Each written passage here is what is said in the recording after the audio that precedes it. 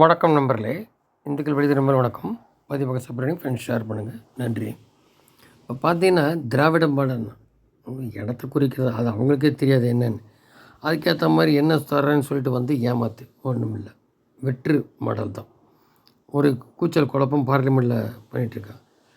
அது ஒன்றும் இல்லை. உதாரணம், இவங்க பெட்ரோல் டீசல் குறைக்கல தேதி போட்டேன் கேட்டால் அப்படி முன்னால் இருந்த நிதி மந்திரி அதை குறிப்பிட்டு கேட்குறாப்படி ஃபினான்ஸ் மினிஸ்டர். அப்புறம் இவங்க கொடுக்குற காசுக்கு சரியாக 4000 கோடி எது கொடுத்தாலும் அது சரியாக கொடுக்குறதில்ல. அது வரவு செலவு. அப்புறம் இப்போ கொடுக்கல இந்த பட்ஜெட்டில் தமிழ்நாடுல இதுக்கு முன்னாடி 2 தடவை ஒரு போகல. இது ஏதோ ஃபாரின் போனன்ட்டு. இப்போது அது ஒரு பொட்டக்காரன். அவங்க வந்து அங்கே ஃபேஸ் பண்ண தெரியாது. இங்கிலீஷு ஹிந்தியெல்லாம் தெரியாது. மேலே ஒன்றும் இல்லை, காலி. அப்போது ஏதோ ஒன்று சொல்லணும்ல. போய் தைரியம் இருந்தால் போய் சேர்மன் தானே, நிதி ஆயோக்கில் போய் கேட்க வேண்டியது தானே. தமிழ்நாட்டுக்கு எதிர்த்துட்டே இருந்தால் வருமா? அவன் பாலிசாக போனாலே கிடைக்க மாட்டேங்குது. ஏன்னா இவங்க காங்கிரஸோட இல்லையே. காங்கிரஸ் அப்பேற்பட்ட காங்கிரஸை கூட்டணி வச்சு உள்ளே பிடிச்சி போட்டான். இவங்க இது வரைக்கும் பேசாமல் இருக்காங்கன்றதுக்கு தான் இவங்க சொல்லணும். அதை விட்டுட்டு ரொம்ப துள்ளுறது போய் என்ன. அதே மாதிரி நிர்மலா அவங்க வந்து அந்த ஃபைனான்ஸ் மந்திரி வந்து நீங்கள் வந்து மக்கள்கிட்ட நின்று வரல, யூ ஆர் செலக்டடுங்க. யார்? தயாநிதி உங்கள் அப்பா இல்லைன்னா வந்திருக்க முடியுமா? சரி, இவங்க தலைவர் அண்ணா துரை அவர் இந்த மாதிரி மேல் சபை மூலியமாக தான் வந்தார் முதல்.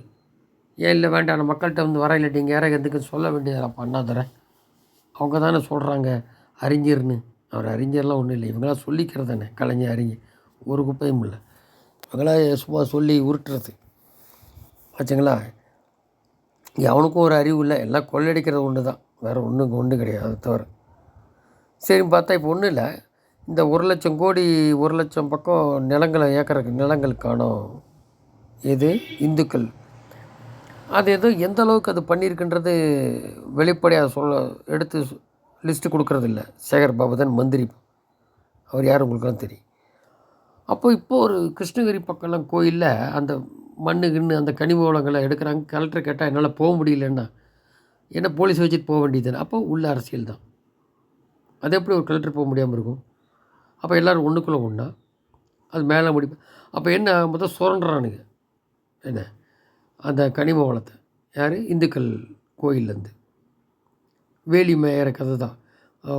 வேலி பயிர மேயிற மாதிரி தான் என்ன. வந்து எத்தனை நிலம் வந்தது அதுக்கு லிஸ்ட் இல்லை. அந்த ரோடு போடுறேன் இடிக்கிறேங்கிறாங்க கோயிலில். மற்ற மதத்தில் இதெல்லாம் எதுவும் நுழையிறதில்ல. அப்புறம் எதுக்கு இந்து அறநிலைத்துறை? அது என்ன அறநிலைத்துறையா? இல்லை அறங்கட்டத்துறை தானே.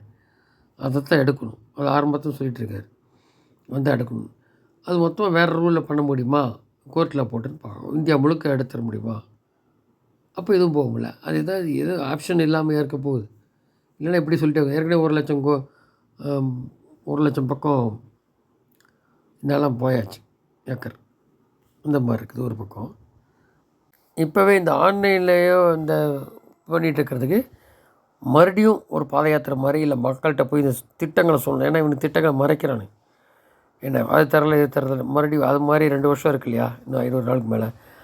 அதனால் அதை மக்கள் முனி கொண்டு போயிடலான்ற பிளானில் அண்ணாமலை இன்னும் முடக்கி விடுவார் கட்சி விரும்பிகளை அந்த மாதிரி பாஜகவில் ஒரு பக்கம்.